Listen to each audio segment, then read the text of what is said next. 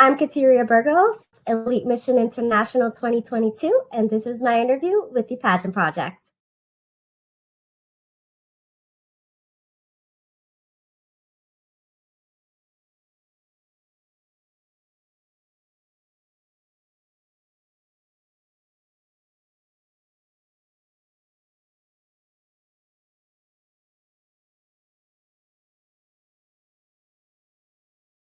Hello, everyone. Welcome to another episode of the Pageant Project. My special guest for today is Kathyria Burgos, who is Elite Mission International 2022. Kathyria, how are you? I'm doing great. Happy to be with you here today. How was your festive season? Looks like you got a bit of remnant of festive behind you. I don't know if that's a little. Yeah. How was I still have festive? Christmas up because I am Puerto Rican. So we celebrate actually until Friday, Three Kings Day. So Christmas is still very alive in my house right now. Oh, that's not fair. So you get a longer Christmas than what I'm jealous. It's always sad when I feel anyway, the Christmas tree has to be packed. Well, I don't know. Do you have real Christmas trees or do you do the plastic one like we do? I do a plastic one, but I just love to keep it up as long as possible. I think the longest I actually accidentally left it up was until like almost February one year because it was just so pretty to look at. And so I don't know, it just gives you this warm, fuzzy feeling that you never want to let go of. So, but it's gonna come down sooner than February. You're not the worst person I've spoken to in that regard. I've spoken to a few pageant girls who I say they're Christmas tragics. I think they would quite happily let their Christmas tree stay up the year round. Isn't it supposed to be bad luck though if you leave it up too long? I've never heard of that. If That's what it I is, was. I will remove it immediately. No, I think I was told that by my mother, but I don't know if that's because it is actually bad luck or she just wanted us to put it away. Kat, why don't we start with the easy question? How did you get involved in the crazy world of pageantry? And I have seen you around for a while, so I know you've been involved in the industry for a long time. So one of the things I want to Yes. delve into you with is resilience and persistence, because you have to have it if you've been doing it as long as you have. But why don't you start us off with how did you get involved in the first place? So pageantry was something that I was always like so attracted to growing up. There was a couple times growing up that my mom wanted to put me into pageantry because it was something that I had expressed to her that I wanted to do. I always loved watching Miss Universe. I would just be so in awe of the queens that I was like, I want to be them. But I didn't actually get to involve myself in the community until I was 18 when I was financing it myself. Unfortunately, because we did struggle financially, it was just something that I wasn't willing to ask my parents to help me for, just the financial stress of it. We all know that pageants can be very expensive. So I chose to hold off until I was 18. And that's when I just drove right on in. And I was like, I'm going to start, I'm going to get going. I have no idea what I'm going to do, but let's just do it. And I don't want to ask an indelicate question, but you're 30 now? I just turned 30 this year. Okay. You mean last year? Well, no, oh yes, it's 2023. Actually, you're Okay. right. Yes, Yeah. June of Just 2022. I turned 30. okay. Just wanted to clarify that. Yeah, it's 2023 now. So you started when you were 18, and you Hmm. funded it yourself, which I think, kudos to you having the maturity at 18 to realize you don't want to put an extra financial burden on your parents. But walk us through the journey, let's call it, from 18-year-old Kat to 30-year-old Kat who has a crown on her head now. Walk us through. I don't know how long it is and whether you can remember all of it and maybe whether you want to remember all of it. I But walk us I can through remember. what you can remember of it. Um, so it's been about a culmination of 10 years to actually winning a title. But I wouldn't change a moment of it. I definitely feel that every single pageant helped me develop into the woman that I wanted to be, not the queen that I wanted to be. And I knew that a major factor of what I needed to eventually win a title was to know who I was as a person, to be completely me, authentic, understand who I wanted to be or who I am as a person, and be able to reflect that accurately to the judges. And um, I signed up for a couple pageants completely blind to what it was really about, because sometimes you think, wow, it'd be easy. Like, I'm pretty, I can buy a nice gown. I'm really good at talking to people. Interview, how hard can an interview be? Interviews are hard, so hard. I remember bombing a couple of my interviews so bad that I walked out and I was like, what did I say? I was like, I have no idea what I was talking about. I was like, it was bad, but it's It gotten was better over the years. okay. Good. Sounds like you had post-traumatic stress. So I mean, Few times. I think a lot of women go in, regardless of their age. I think when they first go into it, they don't really know what pageantry is about. I mean, No. yeah, how could you? I mean, you've got to experience it firsthand before you really know what it's about. But what got you to keep going? Did you feel that you still had something left in you to develop? You felt like you had something to prove to yourself, or did you just enjoy the process so much? It was like, well, even regardless of win or lose, I enjoy this so much, I'm going to keep going. I think it was a little bit of everything. I won't lie to you. I got bit by the pageant bug. I love the experience. I love being on stage. The experience itself of being there with the other women, that's something that you take with you. And it doesn't matter whether you win or lose, you walk out of there with, I have lifelong friends from some of my first pageants, which were years ago. Like, I still connect with these women. I now see their children growing up. I have seen them, like, through their transition of their life, just as they've seen me. So it's a little bit of everything. Not only did I knew I had it in me. Like, I Yeah. knew this is something that I wanted, not because of the title or the crown and the sash, but I knew in my heart it's always been a passion of mine, that I was like, this is just a calling that I just can't shy away from. Mm.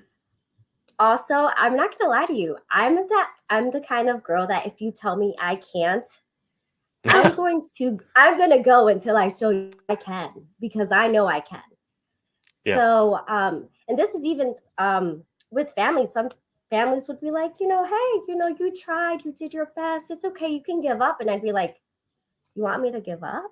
Like, I'm not a person who quits. So for that, I'm gonna sign up and I'm gonna do better next time around. So it was just something that has always drawn me back. I don't even think that once I move past being a contestant, I don't even want to leave the pageant world that way. I even want to transition into becoming a director, because this is an Mm. experience that I know helped me develop to become the person that I want to be. And that's an opportunity that I'm not willing to pass by, that I can share with younger girls. Let me ask you this. So you started when you were 18, and Yes. over 10 years later now anyone over that time period would change and grow, etc., etc. um, but having competed in pageants, what do you think that added to your self-development journey? Like, what skills do you feel you learned, or what parts of your character did it develop, or what parts of yourself did you have to sort of confront, if that's the right word, and go, well, I'm not so happy with this about myself and I know I need to work on it? What aspects did pageantry add to your growth over the last 12 years? Well, it definitely allowed me to become a more authentic person, because I feel that pageantry requires a lot of self discovery. You have to Mm. know who you are, what you want, and what you stand for.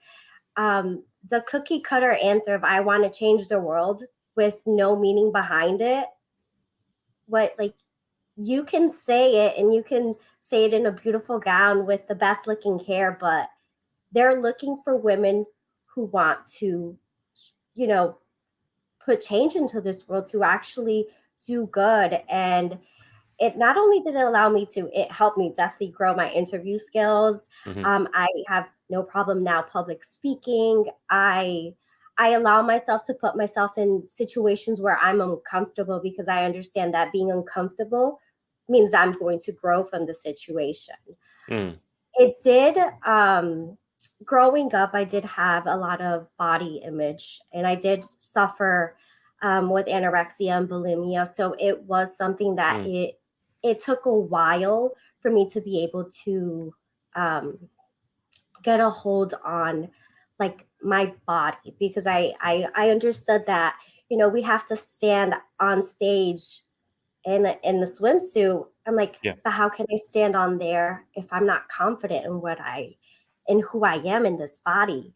And at that stage of my life was in high school. So I was, Right. very much unaware of who I was, who I wanted to be. I'm just going through the motions. I'm 15, 16, thinking that I have to be, super tiny. I'm not beautiful in my skin.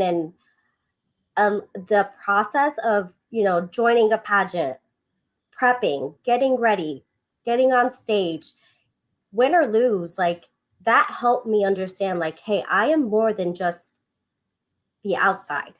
There's Mm. so much more to me. So it's definitely been, I feel, a beautiful experience for me.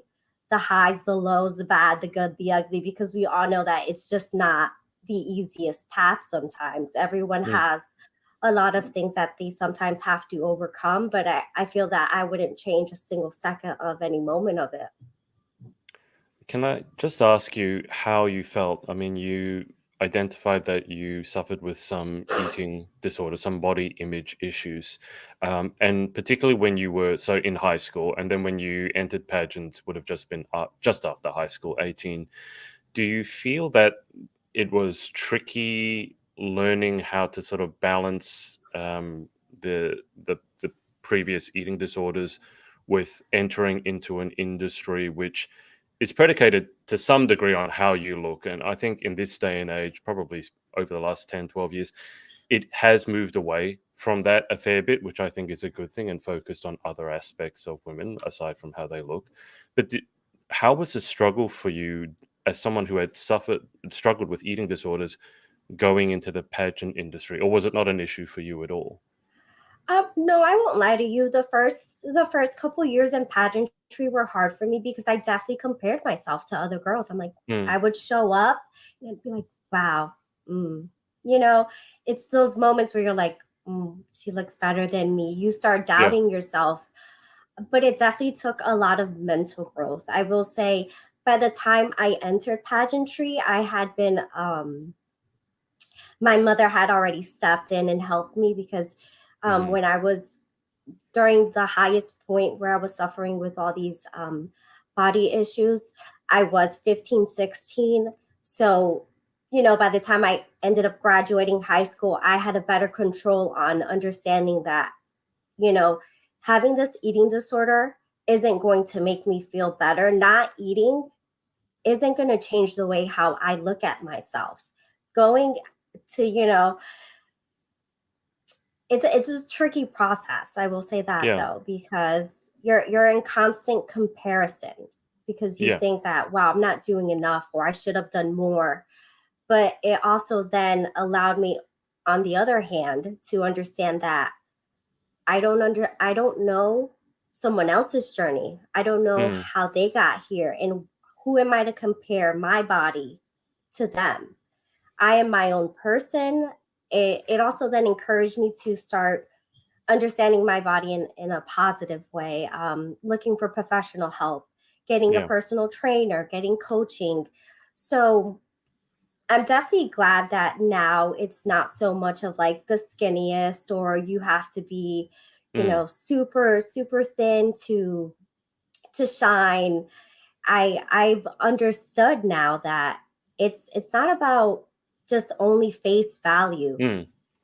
It's what I've developed past this, because this is only temporary. Eventually, I'm gonna grow older, and not my body's not gonna look the same.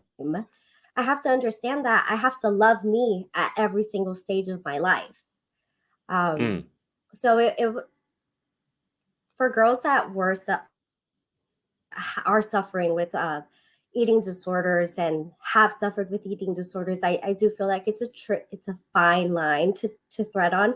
But if you have the support and you put in the work and you start prepping, like after a while, things will start to click in your head because not only do you show up to the pageant and you compete against these girls, you're inspired by these girls. At least I was. I would look at this like other girls and be like, wow, Mm. you deserve to win. Like, wow, I see the progress that you've done, everything, all the hard work you've put in. Like, that encouraged me to do more, be better, become the bestest version of myself so that next time I decided to show up to another pageant, I was a newer and improved and a better version of Kat. Yeah. It sounds like you had a supportive network around you when you entered, and I think that makes all the difference, especially when you're starting out in your pageant journey. If I had to ask you what the, because obviously you've lived 12 years in pageantry, which I like to say is like dog years. Every year is like 7 years. I mean, I think you're past the point of being called a veteran now, if that's not too unkind a word. Pageant veterans, we like to call you. But what was the hardest or the lowest point for you in your pageant journey, and how did you move past it, or what did you learn from it? I think my hardest point was when I took, to me, I said I quit, but in reality, it was I took a long break. I took about 2 years Hmm. off. I had, I was in a toxic relationship. It was verbally and mentally just not the bestest. And it put me in a place where I completely just gave up on myself.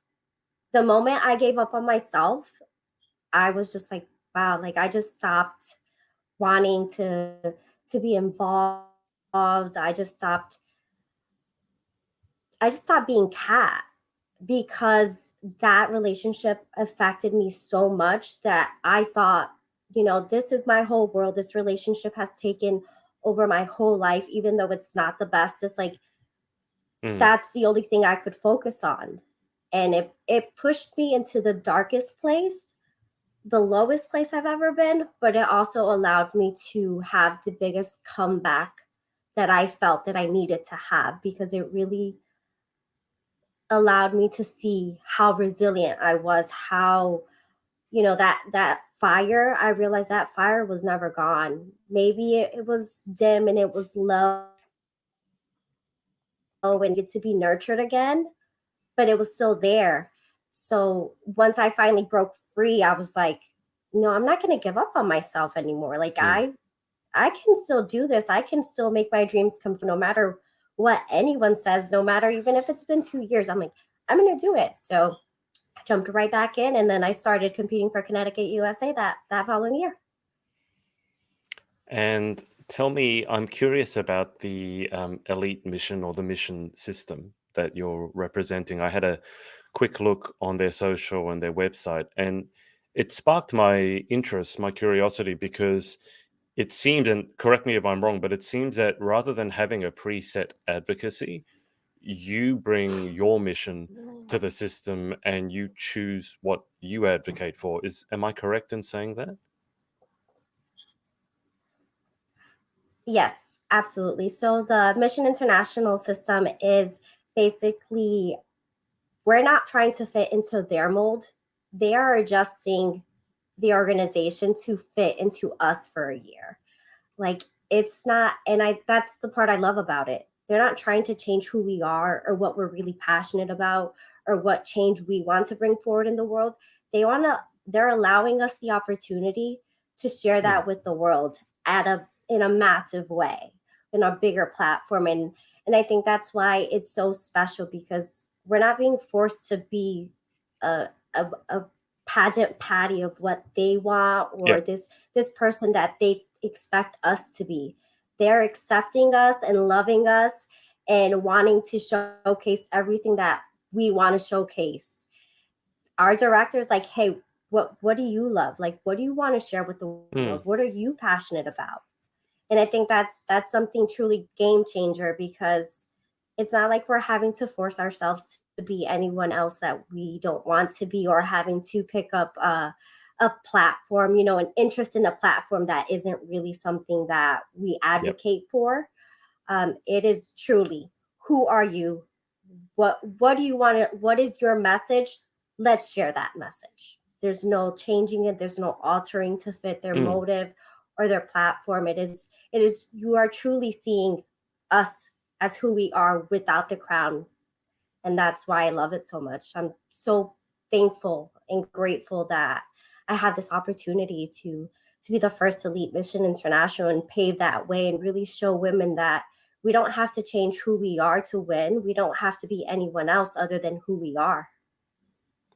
How, I mean, that sounds amazing. How does that work, just in the reality of it? So you bring your mission, so to speak, Hmm. to the pageant, what you're passionate about and what makes you you, which I think is great because I think when pageant queens or pageant contestants take on an advocacy that they're sort of in, quotes, forced to, it just doesn't end well. And I think it would be a lot better if people actually advocate for what they're passionate about and what they're knowledgeable about because their whole life has probably been pointed that way.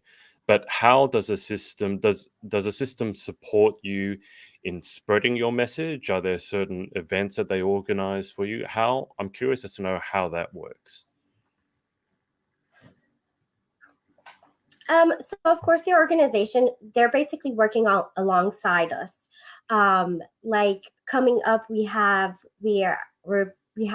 I should probably be saying this, but we get to go to Miss Universe this upcoming week to actually attend, and I am so excited. But while we're there, they booked they they scheduled volunteer events for us that suit specifically our mission. Oh We wow, have okay. the opportunity to go to a local mission center over there to, my mission is helping homeless and families in need, children that are struggling, because that's something that I grew up with. And so having the opportunity to go visit another state and Mm, share who I am and do that is awesome, because they're not telling us like, oh hey, well you have to show up to this event on something that has nothing to do with what you actually advocate for. yeah, Like, no, we're gonna book you appearances. We're gonna work alongside what you're passionate about, and hey, they find us, they help us. We have conversations all the time on like what we want to do, what mission trips. Um, so they're very much our support. They're not asking us to, be this person, or just for an appearance. mm, You have to say that you advocate for X, Y, and Z, when in reality, that's not what I advocate for. I advocate mm, for families in need, homeless people, children that are underprivileged and struggling. Like that is what I'm passionate about. And I love that all they just want to do is literally just put a microphone to mm. to my voice and be like, say what you have to say. We're just going to project it louder. We have your back. Yeah.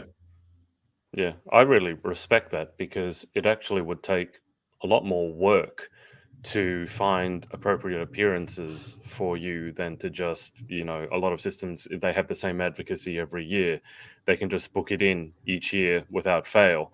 But with each of you having their own or her own advocacy, they need to do quite a lot of homework and find the suitable appearances for you.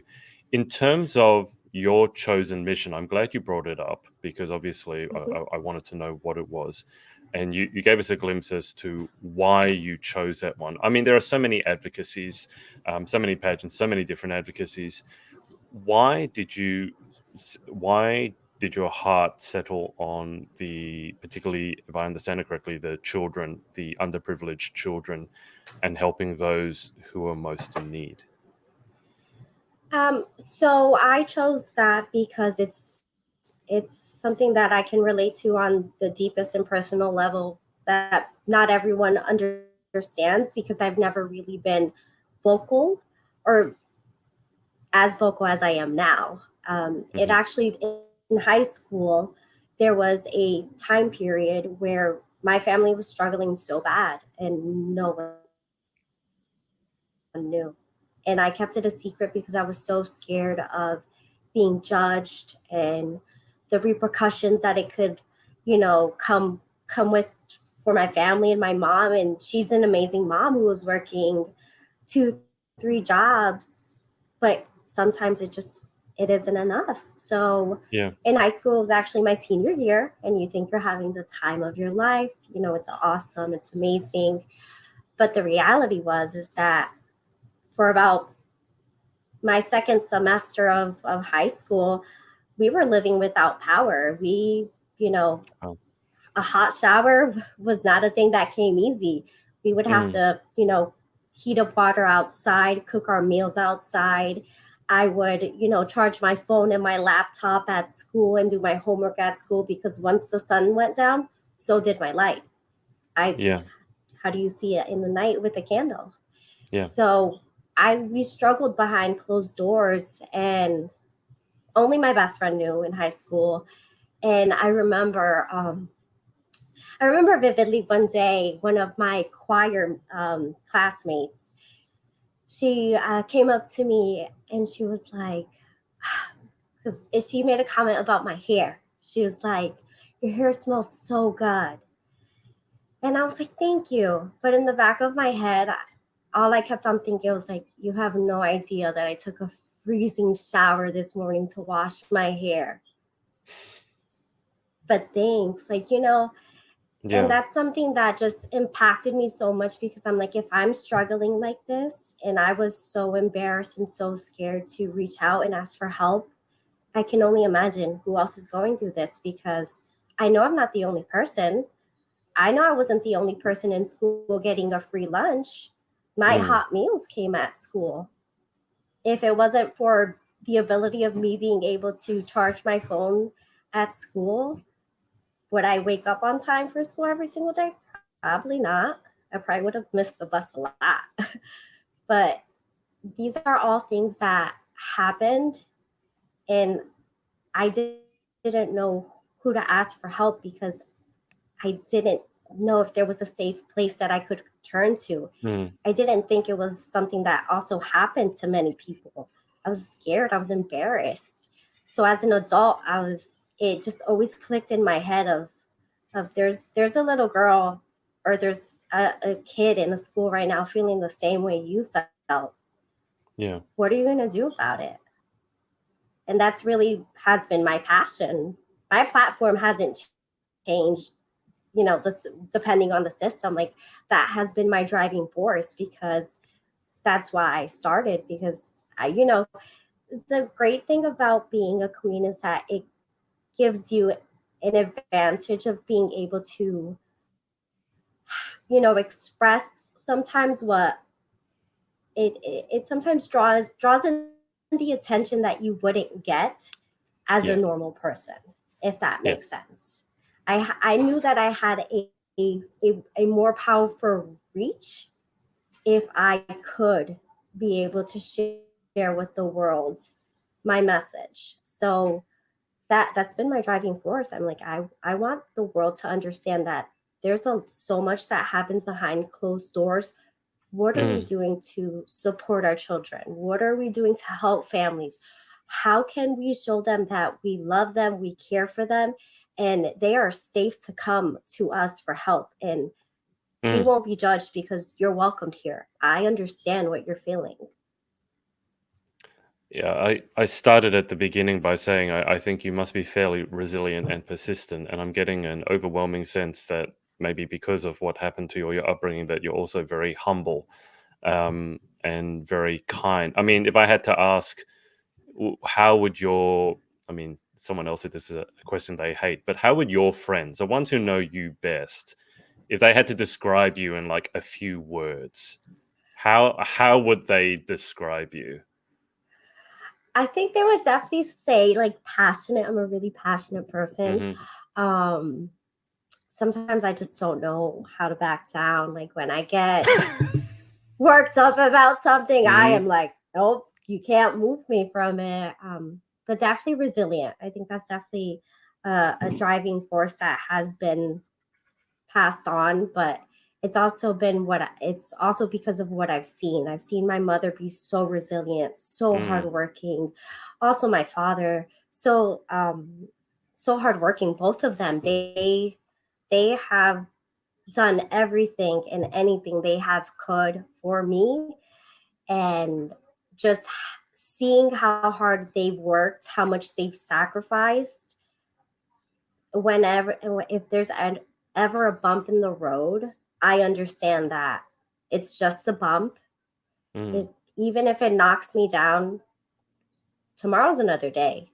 You can't give up on yourself. You have to keep on going. You have to keep on trying. Like, times may be tough right now, but they won't be forever. And that's something that's always pushed me to keep on going. Like, it may be hard now, but Mm. it won't be hard tomorrow. You just got to keep on going, Kat. You just got to keep on pushing. It's going to get better.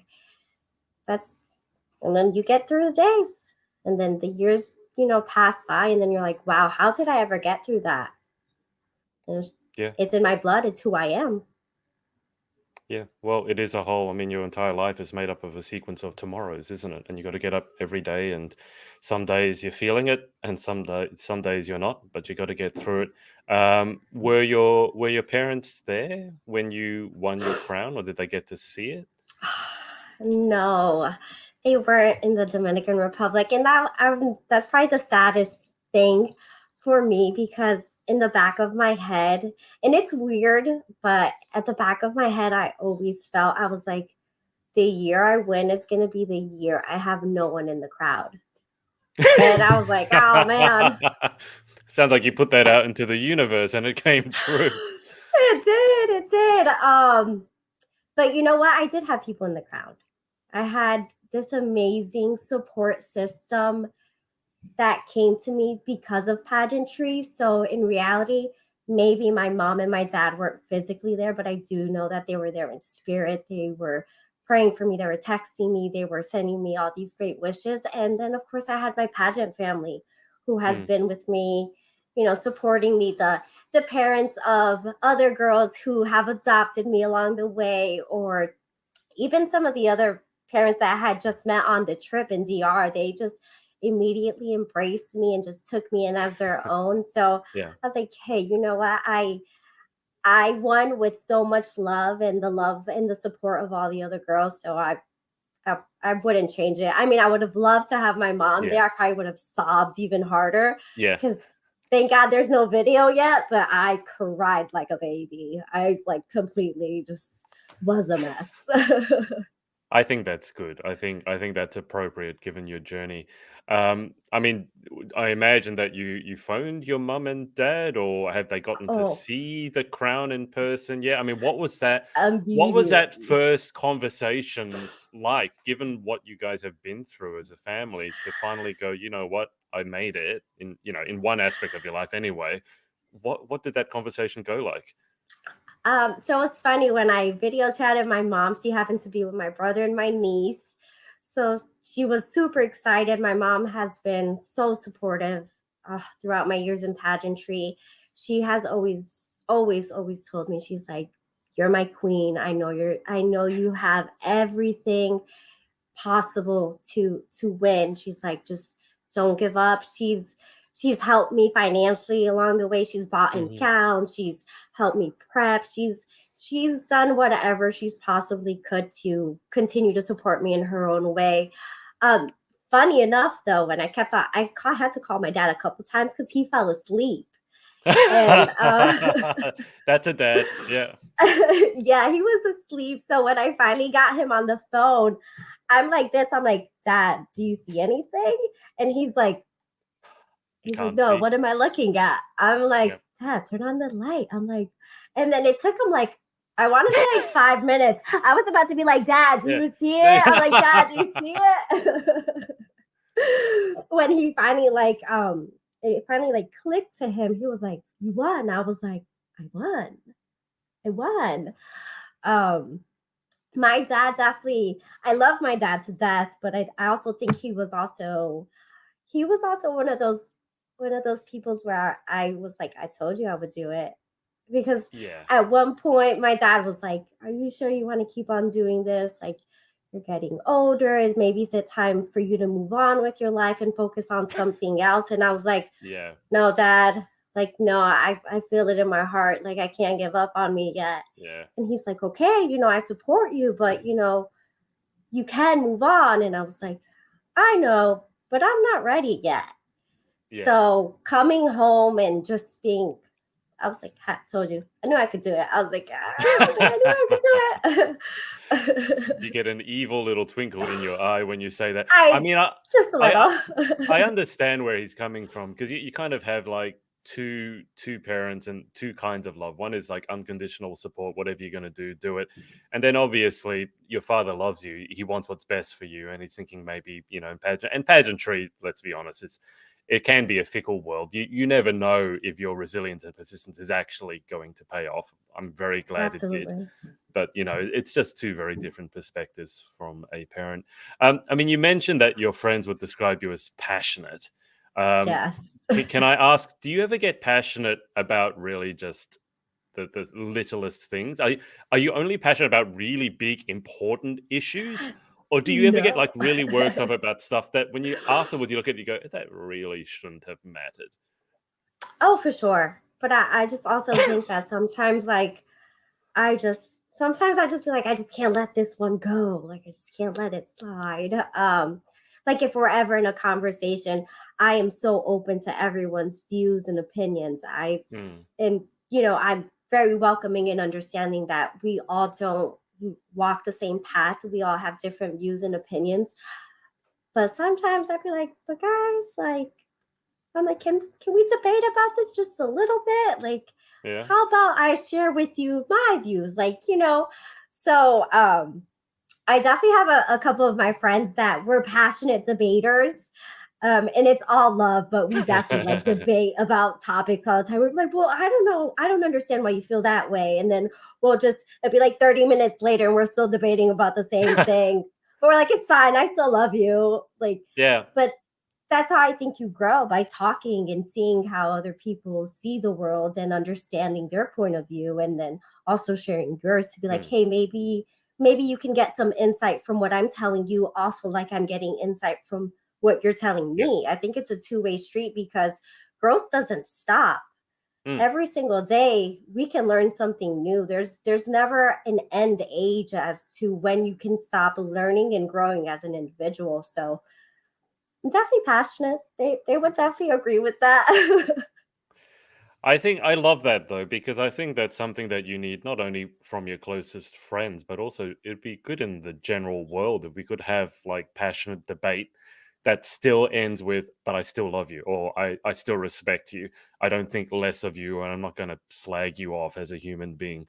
Because it seems in this day and age, it's very divided. I don't know what your Yeah, experience has been, but it's either like you're with me or you're or you're against me against and you're me. the enemy and I have to destroy you. And I'm just like, well, guys, can we not we'll debate, and you can debate passionately. I think that's a good thing. But at the end of the day, can we at least shake hands and agree to disagree Absolutely. respectfully? So I love that, and I think you do need that in your closest friends, because if you just surround yourself with people who all think the same way, I think you're missing a trick there, because it's interesting to have different perspectives. Do any of your friends like that close circle, are they involved in pageantry as well? Um, so I definitely now have a circle of friends in In pageantry, but pageantry? Yeah. but going into pageantry, I didn't have like pageant girlfriends that just I've definitely made. I have so many best friends now in pageantry that we competed together, or like Miss Mission International 2021 Heather Thompson. We actually competed previously before in the Grand USA system and Right. also in Super USA together. Right. So that's been a friendship that although we were competing Mm. for the same title, there was nothing but love between us because we just bonded, and it was just something that, at the end of the day, I understand that there's only going to be one winner. Mm. There's only one opportunity for one girl, and win or lose, and most of the time it was losing for me. Yeah. I understood that if I didn't win, it was because it was her moment. She had put in the work. it was a part of her plan to win at this moment. Like, Yeah. so I kept on telling myself that everything had its moment, everything had its time. Every person, eventually, if it was your moment, it would be your moment, and no matter what, nothing could take it away. Like, Yeah. you have done the work, the progression was there, and it was the right time, the right fit, and that was her moment, and there was nothing that I would take away from it other than I love you, I support you, I Hmm. can't wait to cheer you on. And then also, of course, what can I take from this experience to make me better for the next one? Yeah. Yeah. I gotta ask though, after so many years of, I mean, you called them losses. I would say you didn't win. I don't necessarily call them losses, but would they mean the same thing? What I gotta ask though, how did it feel when, now I haven't seen a video, so I don't know, are you announced as the winner or do they announce the runner up? How did it work? Or do you not I'm remember? Did you blank it out? I'm trying to think. I'm like, did I blink out right now? I You- think they announced I think they announced winner, not first runner okay. up.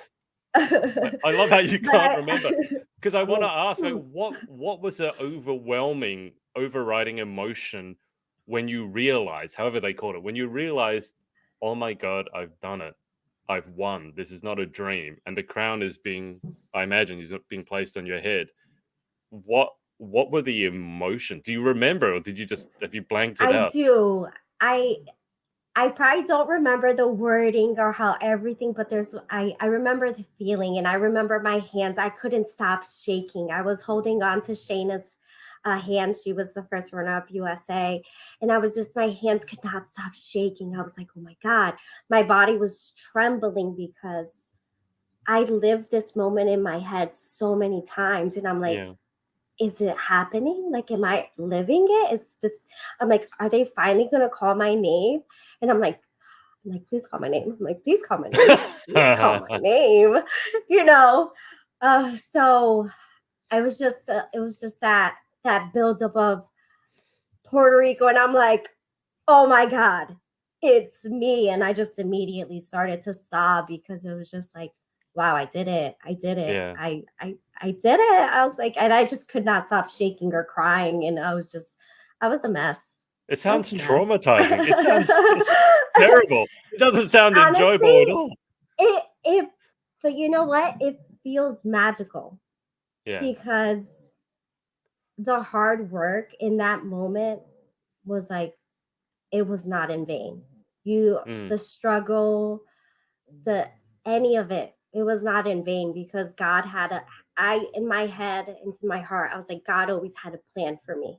yeah. God knew that maybe I had to learn all these lessons. Maybe I had to do all this growing as an individual to get me to this point where I was ready, where I was at my best, where I could do and be Mm, the change that I wanted to be as a queen. Because you win, and it's a year of service. It's a yeah. year of being everything that you can be to be ready to give impactful change. At least that's my goal, is to do some Yeah. kind of change, be impactful in any way that I can. So the culmination of getting to that point, it just felt like this surreal moment that I had prayed and lived in my head so many times.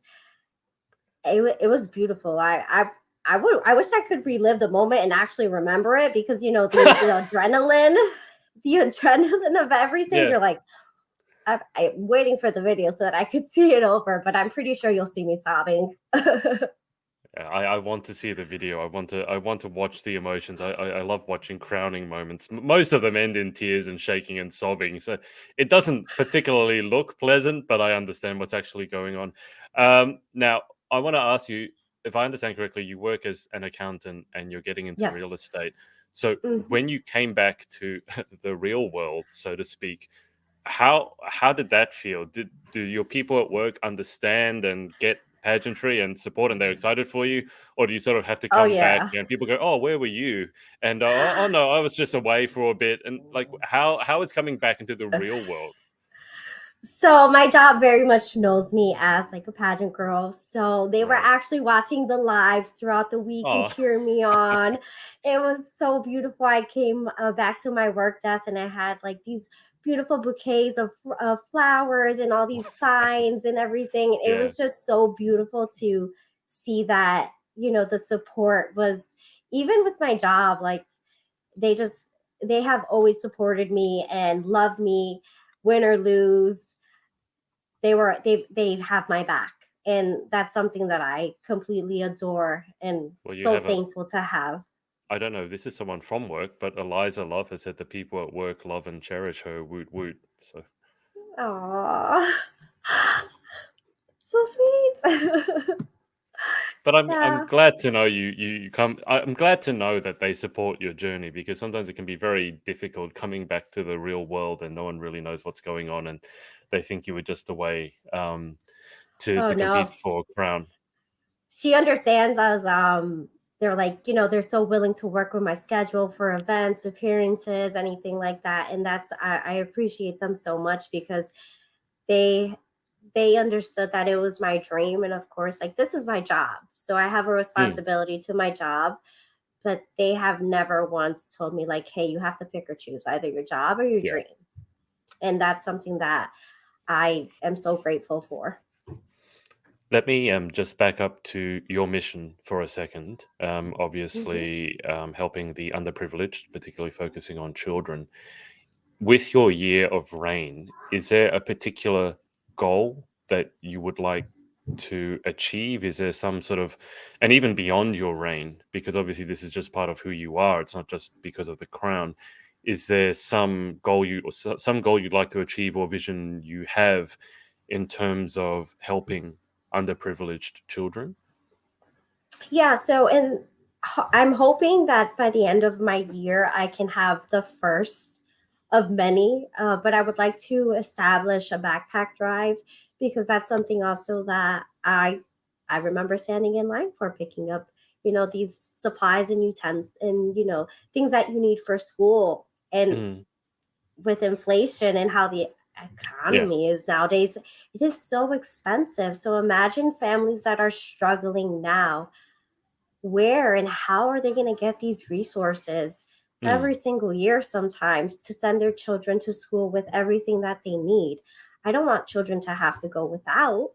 yeah. So I definitely want to be able to partner up and eventually have like a super massive backpack drive. Of course, we may have to start small, but I do want to develop it to a point where we can at least, be. My goal this year is 1,000 backpacks. So I'm hoping I can definitely make it happen. But every year I want to be able Mm, to continue to go further. It actually started with Connecticut, USA. They had a overall community service goal to um, sorry, to get backpacks donated, and then we would, when we came in for the pageant weekend, we brought all our backpacks and they would be donated to the local oh, wow. Boys and Girls Club here in Yeah. Connecticut. So I remember I was so passionate about it, and back to school sales. So I went super crazy and got as many as I could. I got so many donated. I'm thankful I walked away with the community service award that Yeah. year, but I put in a lot of work. I think I got close to almost 300 backpacks Wow. myself. And I just kept thinking about the kids, like, hey, there's going to be a little kid that's going to Mm, grab his backpack and be so happy. And I remember that because I I remember being those kids. I keep on putting myself back in situations where, like, I remember that feeling. So I'm like, oh, yeah. okay. So how can I help? I was like, if I can help, I'm gonna go all in. And that's really my goal, to be able to hopefully be as big where I'm serving as many kids as I can. But if I have to start small, I will. But hey, even if you're helping one, two, 20, or 1,000 kids, Yeah.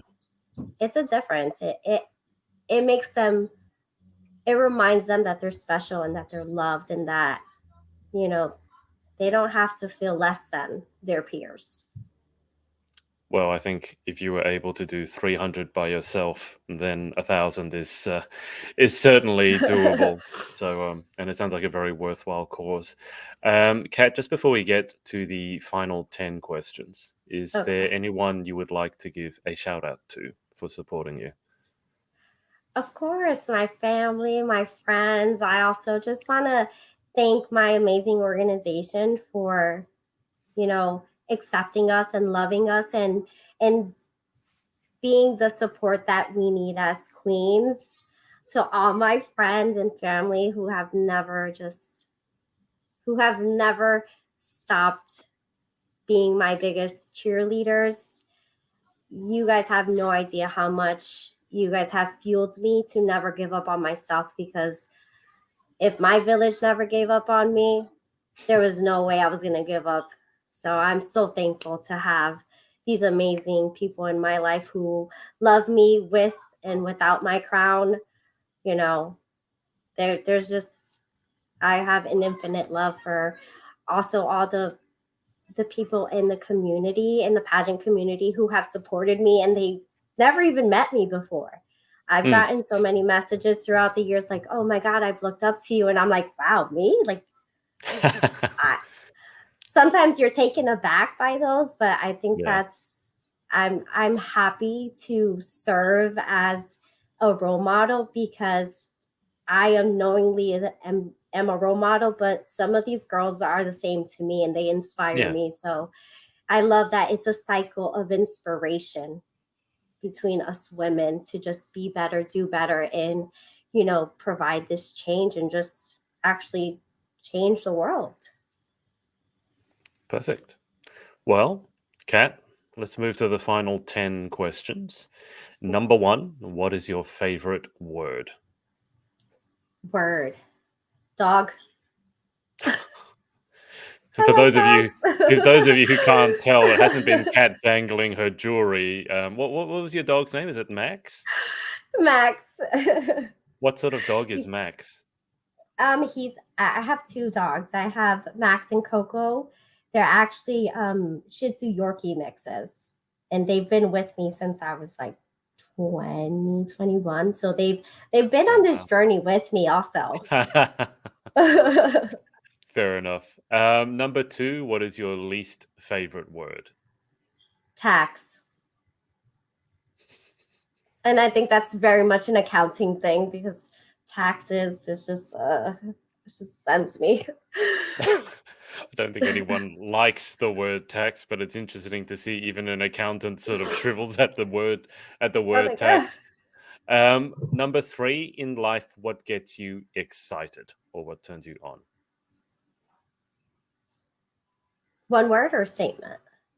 Whichever one you want. Mm, I want to say the possibility of new beginnings, because, there's every day there's always that possibility to, hey, maybe your life right now isn't what you want it to be, but the possibility of it being what you want it to be is always there. That Hmm. that does not go away. So I love that. Question four, what turns you off? Hmm. Um, hate and cruelty. That I just feel like in this world, in this day and age, there shouldn't be any space for hate and cruelty anymore. We should be past that. We should want to be better than that.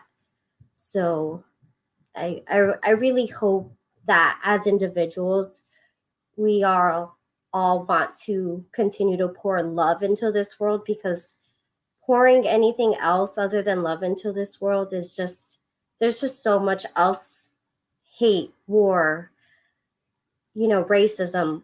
Why do we want to pour any more of Hmm. that into this world? Like, let's be better, let's do better. Question five, what sound or noise do you love?